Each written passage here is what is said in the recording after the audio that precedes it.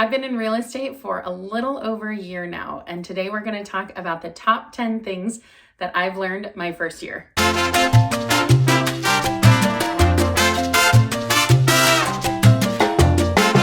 Hey everyone, Brittany with Brittany Hannon Real Estate, and today we're going to talk about the top 10 things that I learned when I started real estate. I started real estate full-time in February 2020, and then the world shut down in March of 2020. So I really have only known real estate through COVID times. So it's been an interesting year to start, but it's really been a great year. Like and subscribe, and don't forget to hit that notification bell so you get more videos just like this as soon as they come out. Now let's jump in. Number one, the first thing that I learned is to save your money. The best thing to do is to have a lot of money stored up before you start, because the reality is that it can start slow. And for me, it really did start slow. That was something that I kept hearing, that it's like a train getting started. It's really slow at first, and then once it gets going, it really picks up steam and it gets going faster. And that's really what I experienced. It was a long time before I made my first deal. So in the beginning, I was doing a lot of learning and training and growing, but you're not getting paid for any of that. So if I didn't have any money set aside, it would have been very difficult to continue on. Number two is to find a niche. And what I mean by that is to narrow your scope and make what you do less broad. When I first started, I was kind of saying, I'll do anything for anybody just because I needed to get in there. And my thought behind that was, I'm going to see what kind of naturally comes my way, and that will determine my niche. Well, what I realized was once I determined my niche, I was able to really focus on that and head in that direction. And then as things came, I was able to say, yes, I'll do that. Yes, I'll do that. No, I won't do that. But I had a focus and I had a heading instead of just saying, I'll be all things to all people. And really, I was getting no traction. As soon as I established what my niche was going to be, that's when I started getting traction. That's when things started moving. Number three, you're going to need a lot of help.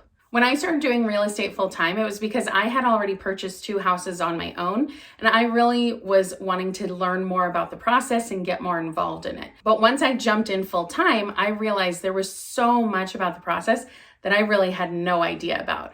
And so being able to have people that I could call and ask my questions to, I had a mentor, I had friends who were agents. It was so much more helpful to recognize that I needed help and have those people that I could go to for help. Number 4, it's going to be okay. I got started, like I said, in February of 2020, and everything shut down in March of 2020. And if I had the mentality that I needed to get my first deal within a month, I would have been out of real estate very soon, because I did not get my first deal in a month. In fact, it took me almost 9 months to get my first deal. And if I had a shorter term perspective, I really would not have stuck with it. But knowing it's going to be okay, preparing myself in advance, that understanding it's going to be an uphill climb until we get to the top, and then we can start coasting a little bit.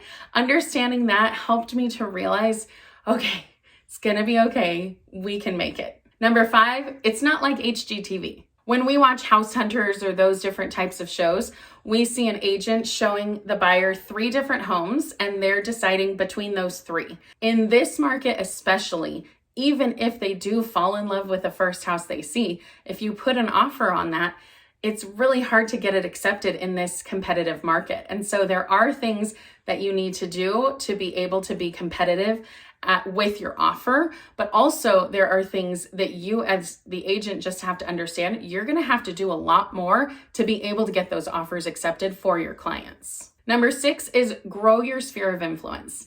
I have a pretty large network, and before I got my real estate license, I moved a little further out of the area. So when I finally did get my license, I was telling everybody I have my license, I can help you, but so many people think I'm out of the area and I'm not close enough. I've moved away. And so I really had to learn how to market to those people, specifically who are in my sphere of influence, but think that I'm too far out of the area. And then I also need to grow my network in the area that I moved to. So I'm doing a lot more than if I had just started in one area, because now I'm trying to remind everybody in that area that I'm still here and I can still do it for you. and I'm trying to grow my network in another area. So growing your network is a huge part of being a real estate agent, period. But especially for me, I'm having to do double duty because I'm doing it in both places. Number 7, you have to be your own marketer. Now, in the previous career I was in, I wore many hats. So that part of it I was used to. I was okay with doing the marketing and really focusing in on that. But the harder part is that you have to market yourself. So instead of marketing a product or a business, you're marketing yourself and your skills and abilities. I've talked to some people where they have a hard time wrapping their heads around that and think that that's going to be the hardest part of their job. I definitely don't think it's the hardest part of my job, especially because I like talking and I like talking about what I do. And the reality is I'm helping people. And so if I can help you or if I can help my friend, I would love to be able to do that. So for me, it's just a fun way to share what I'm doing with other people. Number 8, a schedule is key. Now, I came from a 9-to-5 job where I had a basic routine, and there was a lot of flexibility in that and a lot of different things that I was doing throughout the day, but it was basic business hours. In this role, there's almost nothing that's constant. And so you have to have a calendar and stick to your calendar like it is gospel. You have to make sure that you are living in your calendar every day. So if it's not in my calendar, it doesn't exist. And that's basically how I live my life with my schedule. But it was a little more challenging than I thought to switch over from that mindset because I'm working when so many people aren't working, but at the times that most people are working, I have a lot of flexibility during that time. So even just trying to understand what my schedule should look like and following a basic routine was a challenge for me in the beginning. So getting your schedule and getting it set, that is key. A lot of people go into the office to make sure that they can manage their schedule and have a routine. But when I started, COVID hit. So I always had the home office. That's the only thing I've known. And so I needed to be the one that managed my schedule, and knowing that I needed to manage my schedule and working it, that was key. Number 9 is keep learning. Now, thankfully, this is something that comes very naturally to me because I am a lifelong learner. I always want to be learning and growing. When I came into this, I understood that you don't know what you don't know. And so I was very intentional about learning and growing, reading books and listening to podcasts and watching YouTube videos. And because of that, I was able to progress very quickly with my mindset and my understanding of how transactions worked, how the real estate business worked. But if you're not willing to do that, it's going to be a tough road because things change so dramatically. Even in my 1 year that I've been doing this, there have been tons of changes that I know a lot of other agents have found it really difficult to acclimate to. But because this is all I've known, it's been much easier and I've been able to do that no problem. And number 10 is to stay positive. There are a lot of ups and downs in real estate. You're dealing with your client's biggest asset a lot of the time. And with that come a lot of emotions, and there's a lot going into this and a lot riding on it. So clients are really leaning on you to make sure you know this process, you know what you're doing, and everything's going to be okay. And so if you are staying positive, they're going to feel much more confident in you. Whereas if you are negative about the situation, they're going to lose a lot of that confidence that they could have had in you. So staying positive within the transaction is key, but staying positive overall for your entire real estate career is essential.